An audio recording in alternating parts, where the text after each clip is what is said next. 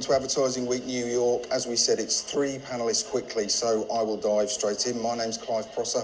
I'm Director of Advertising Week APAC in Sydney. First guest, Vijay Rao, SVP, Head of Global Revenue Strategy and Operations with Yahoo. Nice to see you.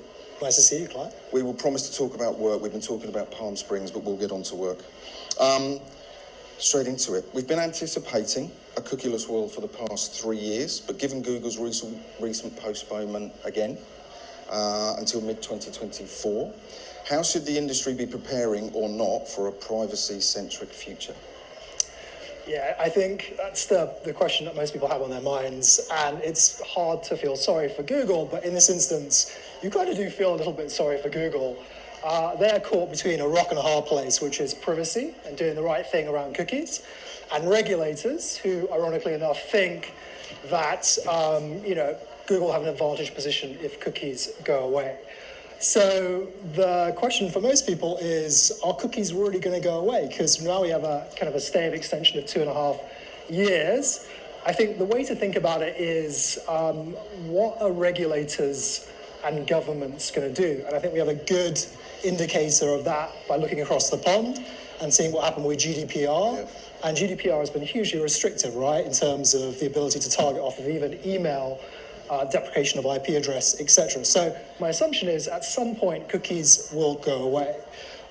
So what should the industry be doing? I think most people in this room, if you're in the industry, are already taking kind of leading positions in terms of first-party data collection, whether that be email or telephone number, etc. And every time as a consumer, you guys know this as well, you can proof test this. If I go to a website, inevitably the first thing that I'm asked for is either to register to get the content or to give my email to get a 15% off discount.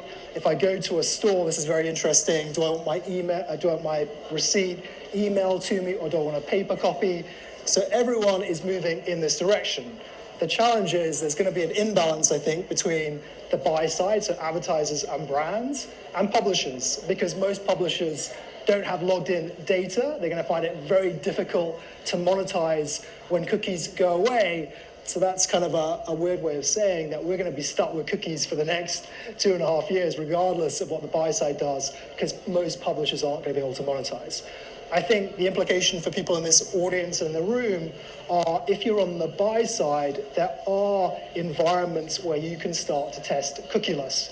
And those are Mozilla, they're Apple, iOS, and you should absolutely look to test cookieless and start to think about cookieless across the matrices of what's the availability of addressable versus non-addressable, what's the cost of addressable inventory versus non-addressable, what's the reciprocal performance of addressable versus non-addressable, and start to think about that, and you'll be in a much more advantaged position in 2 years. Okay, so in that case, as new privacy laws continue to emerge, the industry is pulling back on user tracking and fingerprinting. So reciprocally, it's more important than ever, I suppose, for publishers and advertisers to capture first-party data. So how should we be thinking about that balance? Yeah, it's a good one. I think balance, the code word for balance for the industry is consent.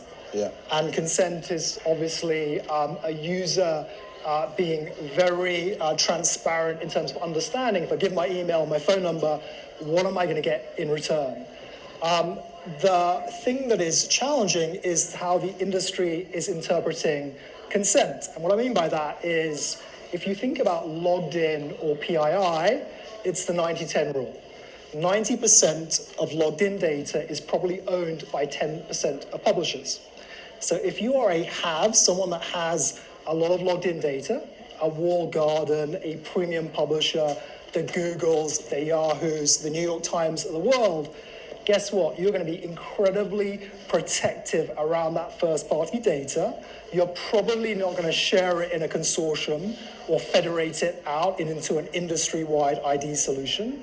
And what you're going to see is the increase in walled gardens and mini walled gardens, because someone like the New York Times is never going to want someone to be able to target a New York Times logged in user outside of the New York Times. It's just not going to happen anymore.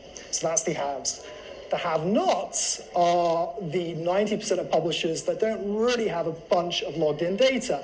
And what they're doing, right, is pushing that into consortiums or industry-wide solutions. They're hoping that aggregating their logged-in data with other mid to long-tail publishers' logged-in data is a scalable solution. But the challenge for those guys is if you're a regulator and you don't like cookies, do you really think that you're going to like the notion of federated email where someone gives an email to one publisher, that publisher shares it into a pool, and then those emails get disseminated across the ad tech ecosystem? I think it's going to be very, very challenging.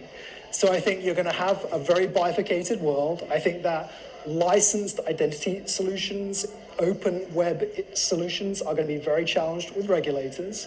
And again, the implication for people in this room is you're going to have to contend with many more walled gardens and mini walled gardens, and you're going to have to think very carefully about industry-wide identity solutions and think to yourself, are these solutions going to be future-proofed when regulators understand what's being done with licensed email? Okay, conscious of time. The topic of non-addressability has been something of a red-headed stepchild, as it's been quoted, in so much as it's seen to represent a step backwards for digital advertising. So solving non-addressable environments, why does it matter? Why does that matter?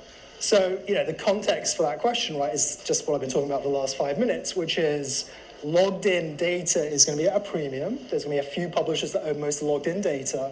But if you look at it at a macro level, anywhere from 70 to 80% of impressions that we see in the ad tech ecosystem within the next 2 to 3 years are going to have zero identity appended to them.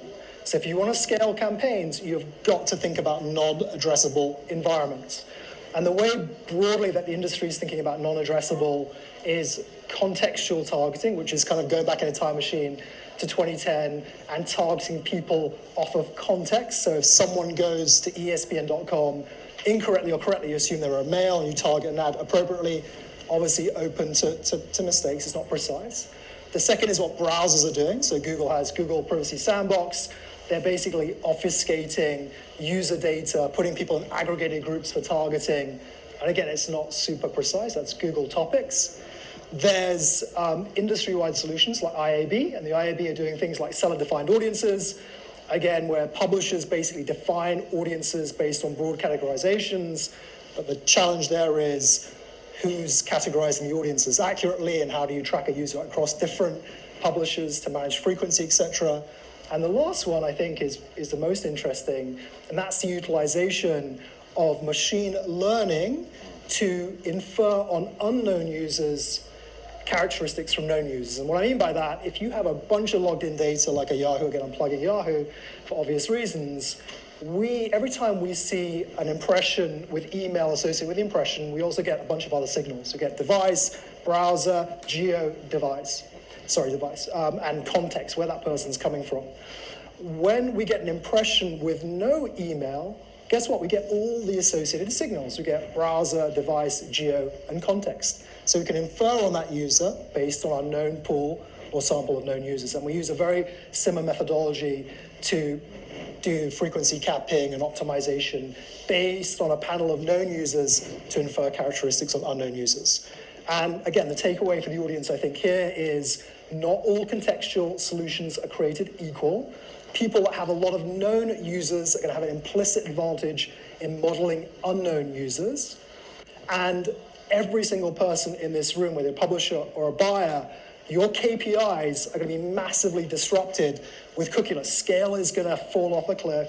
The way that you do precise targeting is going to be limited by that scale, and your KPIs are going to change. So again, it really behooves people to start to test and learn, now and prepare themselves in the next 2 years. Thank you. Vijay, we're out of time. That's it. Thanks very much. Okay, cheers. Please thank Vijay. Yeah.